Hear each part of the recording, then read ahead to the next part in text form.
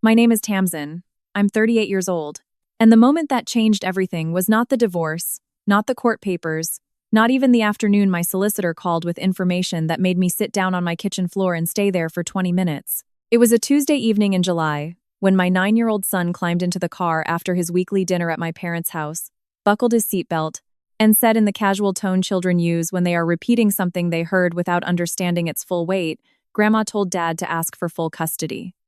I kept both hands on the wheel. I kept my eyes on the road. I said, "What did you say, buddy?" He said it again. Same words, same casual tone. The tone of someone reporting something he had heard and filed under things adults discussed that he did not fully understand but thought I might want to know. I said, "When did Grandma say that?" He said, "At dinner. She didn't know I was in the hallway. I drove the rest of the way home without saying anything else about it. I put him to bed. I sat at my kitchen table in the house I was renting since the separation, and I held what my 9-year-old had accidentally carried out of my parents' kitchen in his hands like a grenade he thought was a rock. And I understood with the cold clarity of someone whose view of a situation has just been permanently and irreversibly corrected that what I had been telling myself for 8 months about my family's behavior was not the full story. It was not even close to the full story. Welcome back to Revenge Cold Stories. If you've ever trusted the people who were supposed to stand beside you only to discover they were working against you, this story is for you. Subscribe before we go any further and drop your first name and city in the comments. I love seeing where everyone is watching from. And stay with me until the end because what seemed like a custody battle uncovered something far worse. Now, let me take you back. I am a bookkeeper by training and a financial administrator by career. I spent 12 years managing the accounts of a commercial construction company, which means I know how money moves through a business. I know what legitimate expense records look like, and I know what records look like when someone has been creative with the categorization. I know what a clean audit trail looks like, and I know what it looks like when someone has been managing the appearance of a clean trail rather than the actual condition of the books. I am precise. I am patient, and I have a memory for numbers that my university accounting lecturer once described as borderline unsettling. I was also for 11 years the person who managed the books for my ex-husband's business. His name is Alistair.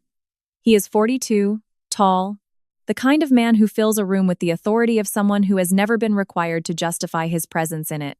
He built a commercial renovation company over the 8 years of our marriage that had, by the time we separated, 31 employees and contracts with 3 regional hotel chains. He built it. That is the version of the story he tells. Here is what is also true. When Alistair started the business, he had trade accreditations, significant confidence, and no understanding of how to run the financial side of an operation. I had a bookkeeping certification, 7 years of professional experience, and the specific ability to build financial systems that could scale without breaking. I built the systems. I managed the accounts.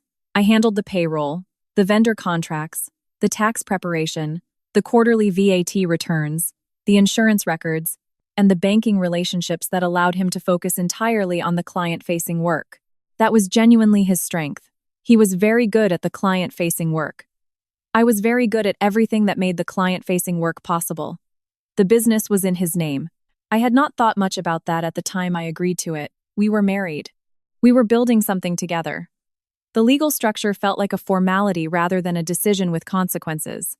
I would later understand that every financial decision has consequences and that the consequences arrive when you least expect them and that the time to understand the structure is before the structure is tested. I did not understand it in time, but I understood the books. And the books, it turned out, were the most important thing I had access to. My family is built around a specific hierarchy that I had accepted for so long that I had stopped seeing it as a hierarchy and had started seeing it as weather. My mother is Philippa, 63.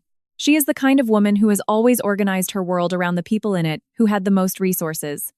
Not because she is a cynical person, but because she grew up without resources and had developed a deep and not entirely conscious belief that proximity to wealth was the closest available substitute for security. She loved Alistair from the first dinner, not because he was charming, though he was, but because he had a company and a van with his name on the side and a plan for where the next 5 years were going. And she had spent her entire life in proximity to men who did not have those things and had learned to read the difference. She treated him like a son from approximately the second month I brought him home. She treated me like the lucky one for having him. My father Graham is 66, a retired electrician, quiet in the way of someone who has decided that the safest position in a household with a strong personality at its center is to stay out of the way of the current. He went along. He always went along with my mother's preferences, with Alistair's presence at family dinners, and eventually, as I would discover, with decisions that I will get to when the time is right. My sister Cian is 34, 4 years younger than me.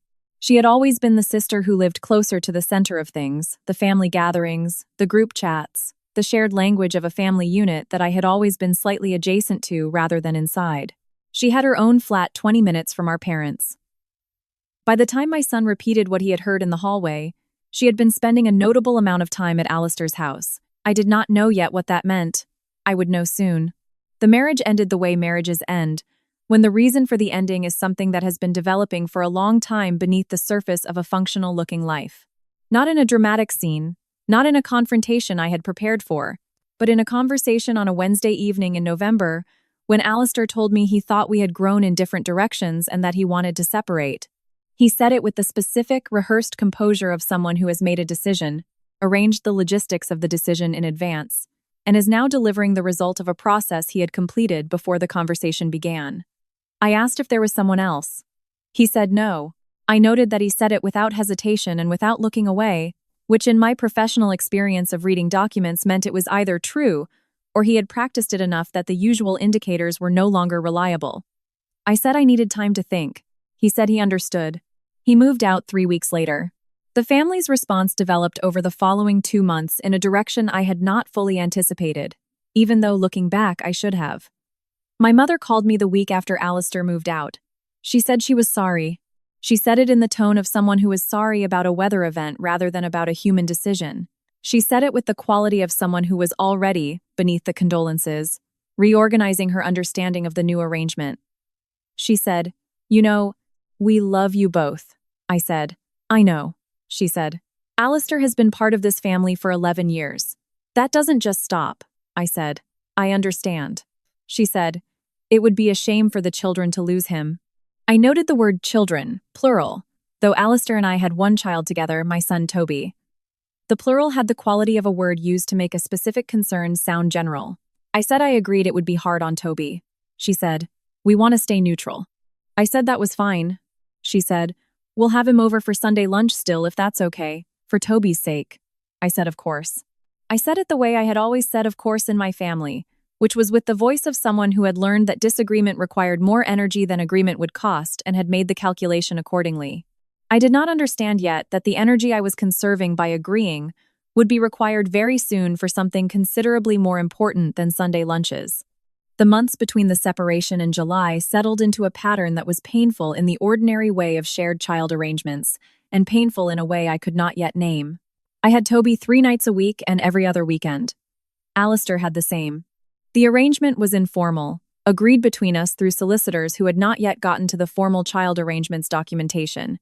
My parents had Alistair over on Sundays. My sister Cian was at those Sunday lunches. I knew this because Toby mentioned it in the offhand way children mention things they observe without understanding that the observing has value. He said Aunt Cian was there. He said Grandma made Alistair's favorite. He said they all watched the match together. I noted each mention. I did not say anything. I was managing something I could feel but could not yet measure, which was the suspicion that the neutrality my mother had described in November was not the neutrality I had imagined it to be. The Sunday lunches continued. The group chat, which had always included Alistair, even when we were together, continued to include him after the separation. My sister Cian texted me less. My mother texted me about Toby's schedule with increasing frequency, but about other things with decreasing frequency. I noted the pattern. I did not yet have a name for what I was noticing. The name arrived on a Tuesday evening in July when my son climbed into my car after dinner at my parents' house and said in the casual tone of a 9-year-old reporting something he had overheard from a hallway, "Grandma told Dad to ask for full custody." I drove home with both hands on the wheel. I put him to bed. I sat at the kitchen table and I opened the spreadsheet I had been maintaining since the separation, not the household budget, the other one. The one I had started keeping when I left the company's payroll and had taken, as was standard for a departing financial administrator, the copies of records I was entitled to maintain. The records I had been building quietly for 8 months, the records I had not mentioned to my solicitor yet, because I had not yet understood what they would be needed for. I understood now. My mother had told my ex-husband to fight me for our son. Not because she was worried about Toby, not because she had assessed our respective parenting and found mine wanting. Because of something else, something that had been the organizing principle of my family's behavior for 11 years, without my having named it clearly. Alistair had money, and my family had decided, in the way families decide things they never say directly, that their proximity to Alistair's money was worth more than their loyalty to me. The custody battle was not about custody.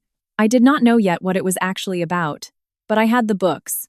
And the books, I had always known, told the real story. Whatever that story was, I was going to read every page of it before anyone else had the chance to decide which parts I was allowed to see. I called my solicitor the morning after Toby told me what he heard in the hallway. Her name is Helena Vance, 44, private client and family law, the kind of solicitor who listens to the full sentence before she begins forming a response. I had hired her 3 months into the separation on the recommendation of a colleague at my previous firm who had described her as someone you want in your corner when the other side has more money. The other side had considerably more money. I had the books. I told Helena what Toby had said. I told her about the Sunday lunches and the group chat and my sister's increasing presence at Alistair's house.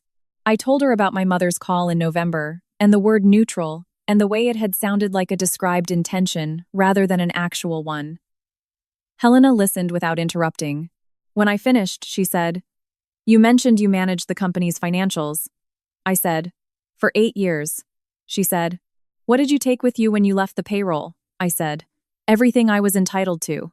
Copies of records I had personally prepared, tax filings I had submitted, payroll records I had maintained, supplier contracts I had negotiated, the standard documentation a financial administrator retains for her own records."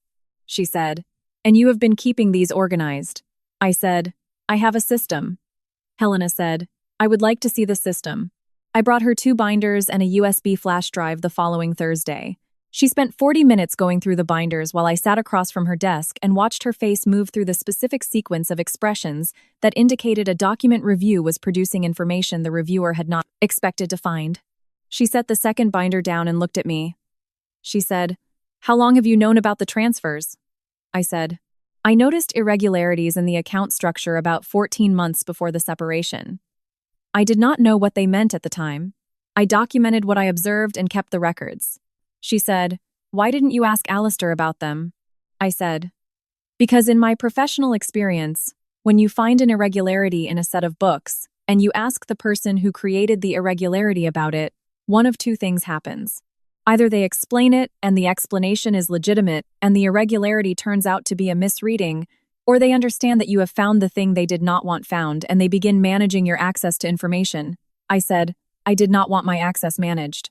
Helena looked at me for a moment with the expression of someone recalibrating their estimate of a person they thought they had already fully assessed. She said, "Tell me what you found." I told her the irregularities had started, as far as I could trace them, approximately 2.5 years before the separation. Not dramatically, not in the way of financial misconduct that announces itself, but in the way that careful irregularities always begin, which is with a single small change to a pattern that has been established long enough to feel invisible.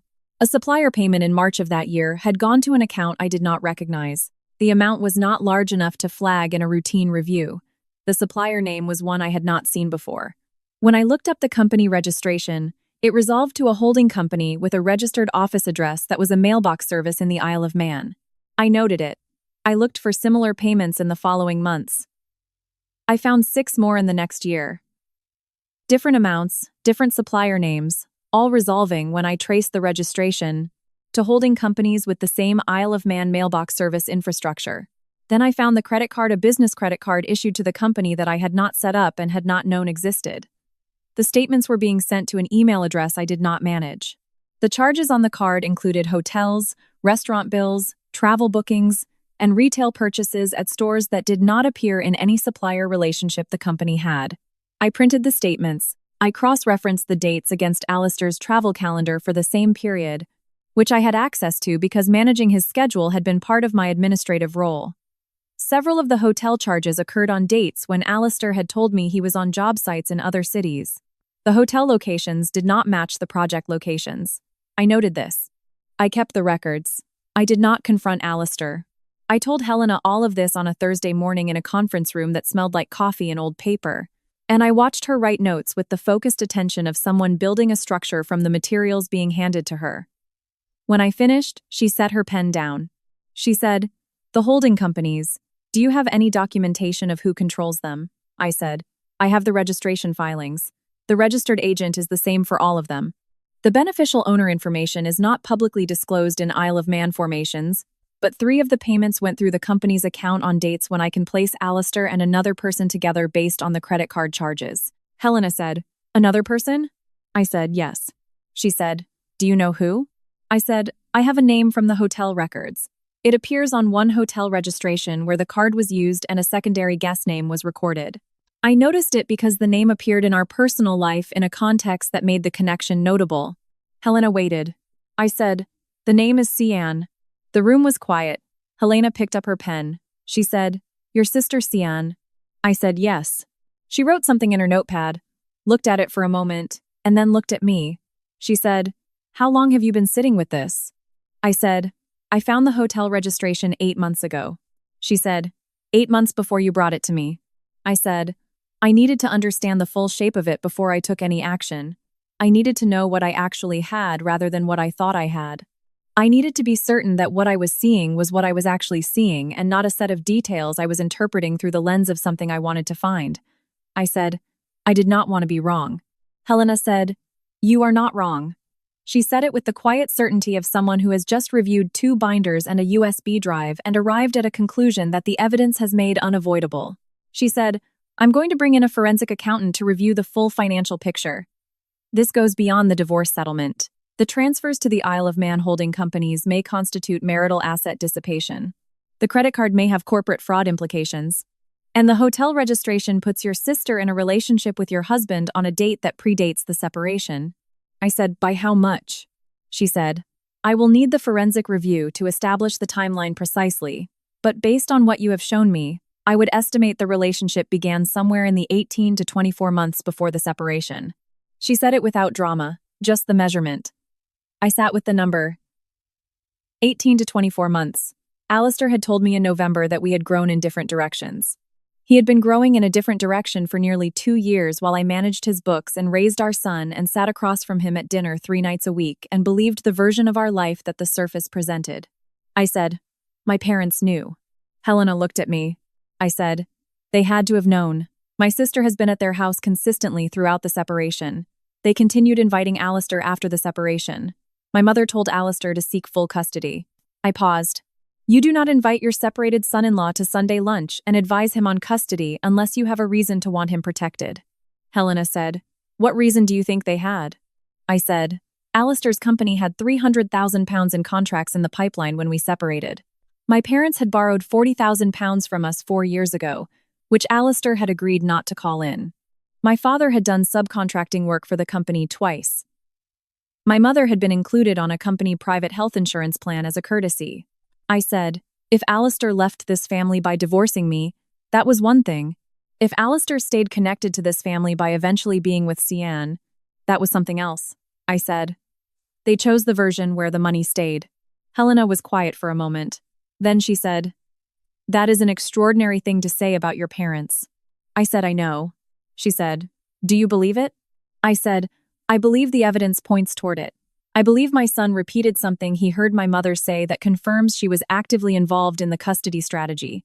I believe my sister moved from her own flat to a man she claims she began seeing after my divorce proceedings started, but who I have documentary evidence of her being with 2 years earlier." I said, "I believe my family made a financial calculation and I was on the wrong side of it." Helena said, "The custody case." I said, "Tell me." She said, "Alistair filed an application for a child arrangements order seeking sole residency 3 weeks ago. The application cites concerns about your emotional stability during the transition period and references 2 witness statements." I said, "Who?" She said, "Your parents." I sat with that. My parents had submitted witness statements in a court case against me, not because they had observed anything that genuinely concerned them about my parenting. My parenting was fine.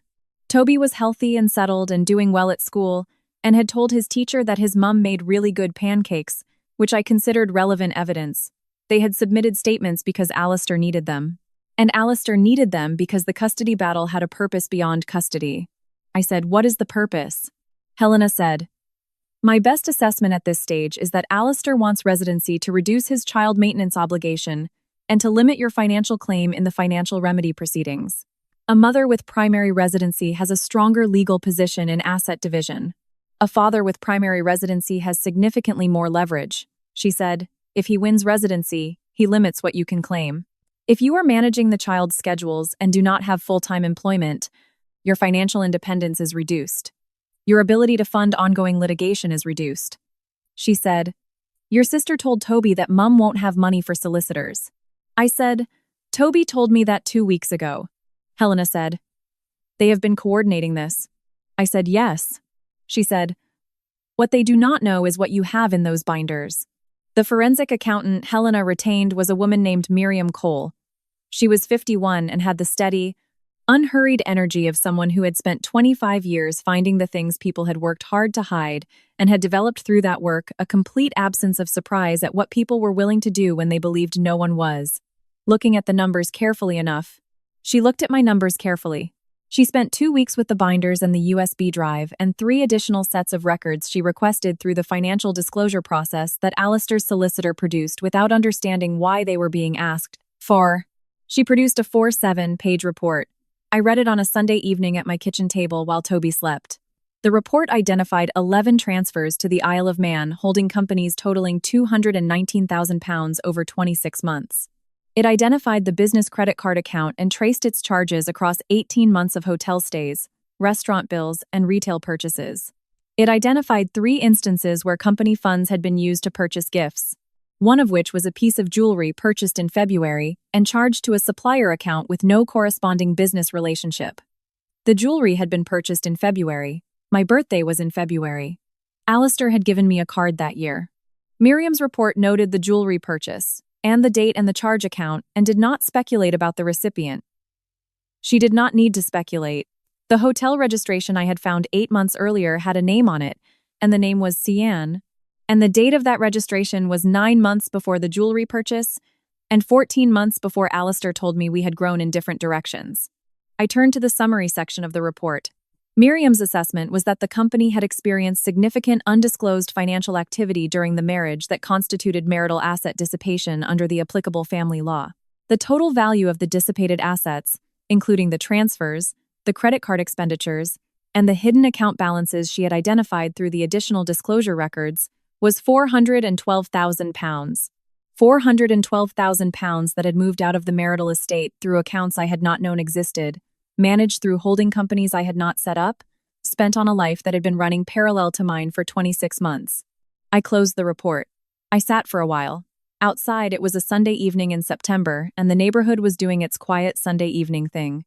Someone's dog, a car on the street, the particular quality of suburban silence that feels both ordinary and fragile. I thought about Alistair at my parents' Sunday lunches. I thought about Cian sitting close to him at the table I had seen in the photographs Toby had described. I thought about my mother using the word neutral in November.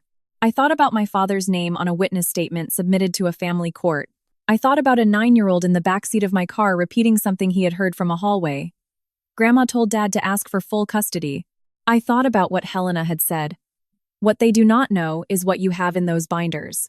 They had built a strategy around the assumption that I was the person I had always been in this family, the person who absorbed, the person who adjusted, the person who said of course when she meant something else entirely and kept moving because the calculation said it cost less than the alternative.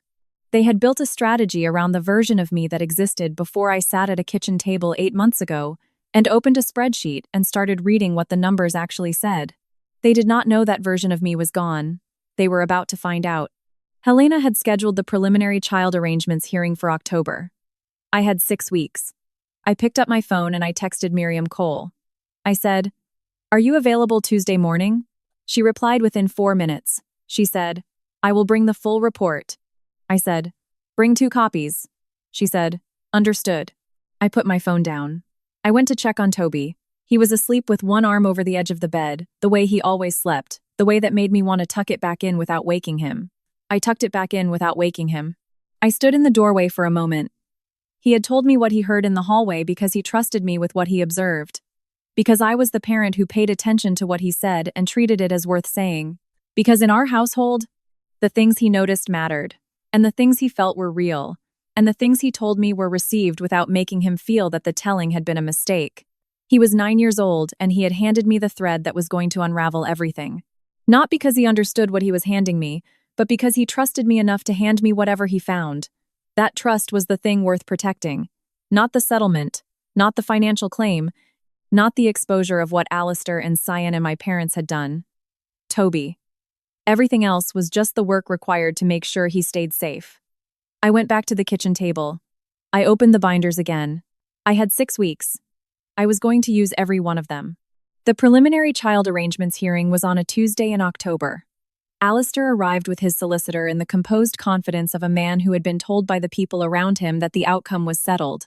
He wore the suit jacket he saved for occasions he considered important. He had the specific ease of someone who has been reassured repeatedly that the other side does not have enough to compete. My parents arrived separately and sat in the public gallery. My mother wore the Sunday best church expression she deployed for occasions that required the appearance of moral seriousness. My father sat beside her with the posture of a man who has been told what he is doing is right and has chosen to believe it rather than examine it. Sion was not there. I noted her absence. Helena sat beside me at the respondents' table with 2 copies of Miriam Cole's report and a folder of supporting documentation organized in the sequence she had spent 3 weeks building. She had the unhurried energy of someone who is prepared for a specific outcome and is waiting for the process to catch up with the preparation. Alistair's solicitor opened with the child arrangements argument. He described me as emotionally volatile during the separation period, citing my parents' witness statements. He described Alistair as the stable, financially secure parent. He described the arrangements Alistair was seeking as being in Toby's best interest. He said the word stability 7 times in 11 minutes. I counted. The judge was Her Honor Judge Patricia Holloway, 61, 22 years on the family court bench. She had the particular quality of someone who has heard most things and has developed through that experience an extremely accurate instinct for the gap between what is being presented and what is actually happening. She listened to Alistair's solicitor with the patient attention of someone who is collecting information before deciding what to do with it. Then Helena stood up. She did not begin with the residency argument. She began with a question. She asked the court's permission to enter financial documentation into the record on the grounds that the child arrangements dispute could not be properly adjudicated without understanding the financial context in which it had been filed. Alistair's solicitor objected. Judge Holloway said, "I will hear the basis for the application." Helena said, "The financial documentation demonstrates that the residency application is not primarily motivated by parental concern, but by a financial strategy designed to limit the respondent's settlement claim and litigation capacity. Understanding that strategy is essential to evaluating the credibility of the residency argument." Judge Holloway looked at the documentation Helena placed before her. She was quiet for a moment, then she said, "I will allow it." Alistair's solicitor objected again. Judge Holloway said, "Solicitor, I have allowed it." Miriam Cole testified for 40 minutes. She was precise in the way of someone who has spent 25 years translating financial complexity into language that courtrooms can use. She walked through the 11 transfers. She walked through the credit card account. She walked through the holding companies and their Isle of Man registrations, and the absence of any legitimate business purpose for their existence. She presented the total, £412,000. She said it the way accountants say numbers without emphasis, as a measurement rather than a judgment. The number sat in the courtroom. Alistair's solicitor said the transfers were legitimate business expenses. Miriam said the documentation did not support that characterization and provided 3 pages of specific examples. Alistair's solicitor said the credit card was used for client entertainment. Miriam said the hotel stays did not align with any client relationships in the company's records and provided dates and locations and the absence of corresponding client invoices. Alistair's solicitor said the report was speculative. Miriam said the report was documentary and provided the source for each finding. The cross-examination lasted 12 minutes and ended with Alistair's solicitor returning to his seat with the expression of someone who has brought a prepared argument to a location where the argument does not apply. Then Helena introduced the hotel registration. She placed it in front of the judge. She placed a copy in front of Alistair's solicitor. She placed a copy in the record. The hotel registration from February of the year before the separation. Alistair's name, a secondary guest, Cian's name. The date was 14 months before Alistair told me we had grown in different directions. The date was also, Helena noted for the record, within the period covered by the marital estate. Alistair's solicitor asked for a short adjournment. Judge Holloway said, "We will take 15 minutes." During the adjournment, I sat in the hallway with Helena. She was reviewing her notes with the calm attention of someone who does not need to perform composure because the composure is actual. I looked at the wall. I thought about a Sunday lunch I had not been invited to. I thought about the word neutral. I thought about witness statements my parents had signed with their names on them. I thought about Toby asleep with his arm over the edge of the bed. Helena said, "How are you doing?" I said, "I'm fine." She said, "You have been fine since the first time I met you." I said, "I know."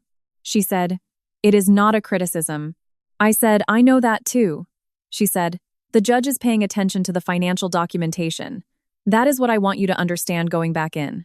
Whatever Alistair's solicitor argues in the second half, the judge has already seen the numbers and she has already noted the date on the hotel registration." I said, "What does that mean for residency?" She said, "It means the credibility of his child arrangements, argument, is being evaluated against the credibility of his financial disclosures, and his financial disclosures have just been demonstrated to be significantly incomplete."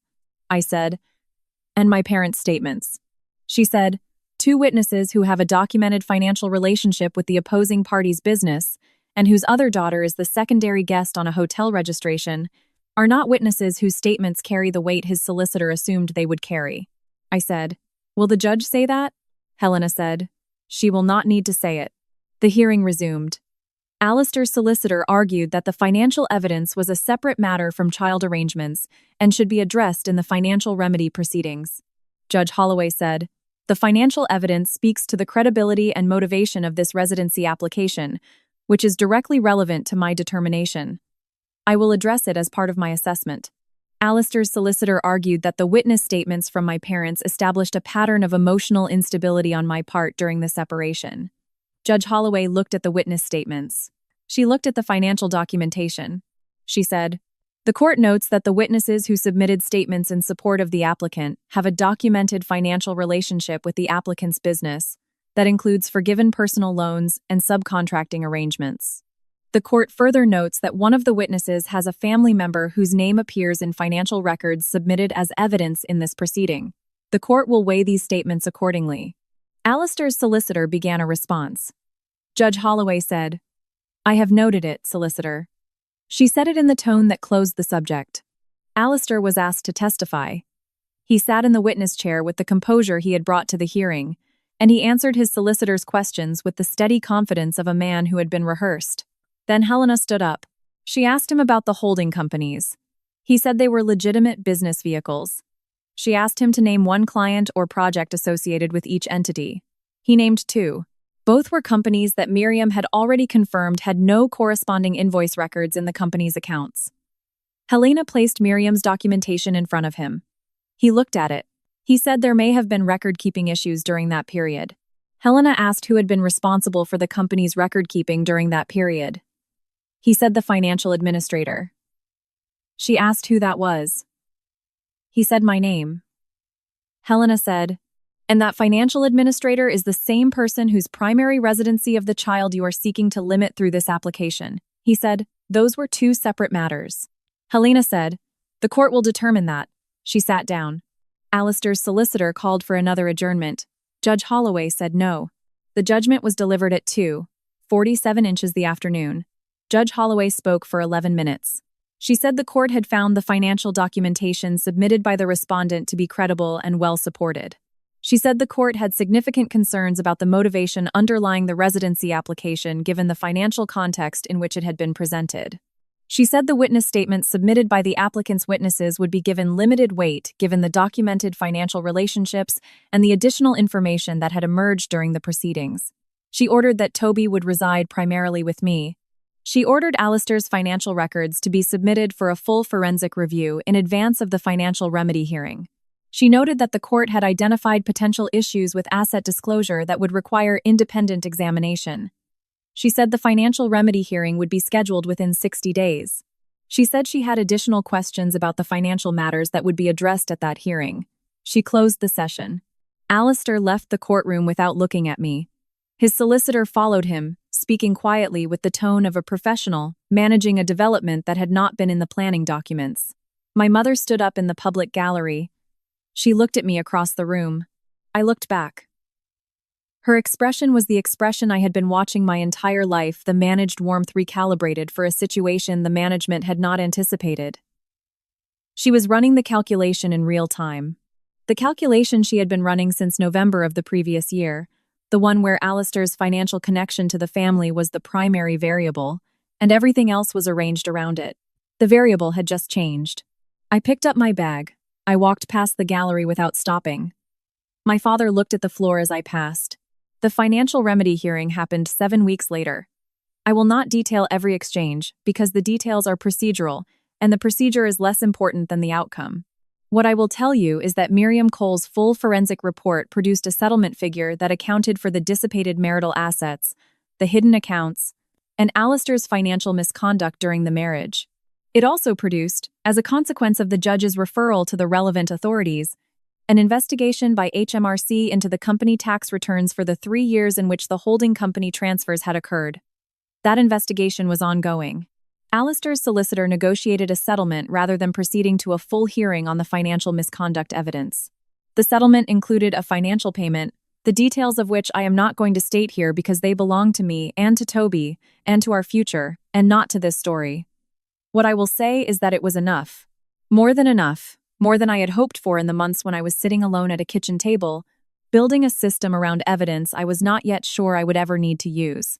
Cian called me in November, 3 weeks after the settlement closed. She said she wanted to explain.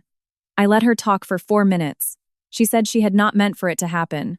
She said it had started slowly, and she had not known how to stop it. She said she had always been in my shadow and Alistair had made her feel seen.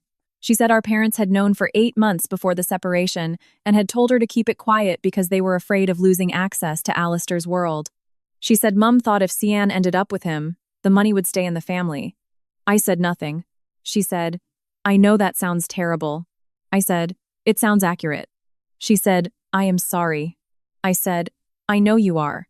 She said, can we? I said, not yet, Cian. Maybe not for a long time, but not yet. She said, okay. I ended the call. My mother called in December. She said she wanted to reconcile. She said she had made mistakes. She said she had let financial concerns cloud her judgment. She said she had not fully understood what she was participating in when she submitted the witness statement. I said, you submitted a statement in a court case designed to take my son from me. She said, I thought Alistair would be good for Toby. I said, you thought Alistair's money would be good for this family. She was quiet. I said, those are not the same thing. She said, I know that now. I said, I hope you do, for your own sake. She said, can we work towards something? I said, I am not closing that door permanently, but I am not opening it today. When Toby is ready to see you on his own terms, I will not prevent it, but I need time and I need distance, and I need to know that any relationship we rebuild is built on something other than what is convenient for you. She said she understood. I said, I hope so. I ended the call. I sat for a moment. Then I went to find Toby. He was in his room building something from the architecture kit he had asked for at Christmas. He was 9 years old and precise and had his grandfather's hands and his grandmother's eyes and had told me last week that when he grew up, he wanted to design buildings that lasted a long time. I said, how's the building going? He said, the foundation is the hardest part, but if you get it right, everything else is easier. I looked at my son. I said, that is exactly right. He went back to his building. I went to make dinner. Here's what happened plainly. My family sided with my ex-husband after my separation because he had money, and they had decided proximity to his money mattered more than loyalty to me. My son told me what he heard in a hallway. I brought 2 binders and a USB drive to my solicitor. A forensic accountant found £412,000 in hidden transfers and a hotel registration with my sister's name on it. The child arrangements hearing went differently than Alistair expected. The settlement was fair. My sister called and explained. My mother called and asked to reconcile. I said, not yet. That is the whole story. Now, here's what I want to leave you with. The people who keep score on your behalf without telling you are the most dangerous kind. My family was not openly hostile. They were quietly calculating. They had run the numbers on me versus Alistair and had decided the outcome before anyone had asked them to decide anything. The thing that protected me was not anger, it was documentation. 8 months of careful records kept by a woman who trusted her professional instincts and refused to let emotion outrun evidence. Keep your records, know your numbers, trust what the documents show before you trust what people tell you. The second thing, my son heard something in a hallway and told me because he trusted that what he noticed mattered to me. That trust was built across thousands of ordinary moments, dinners I made, questions I answered, times I stopped what I was doing to listen to a 9-year-old explain something he found interesting. The testimony that mattered most in my case was not Miriam Cole's forensic report. It was a child who trusted his mother enough to tell her what he heard. Build that every day. Consistently, without announcement. It is the foundation everything else stands on. Tell me in the comments your first name and your city. Tell me if you have ever discovered that the people supposed to be in your corner were quietly standing in someone else's. Subscribe and stay for the next one.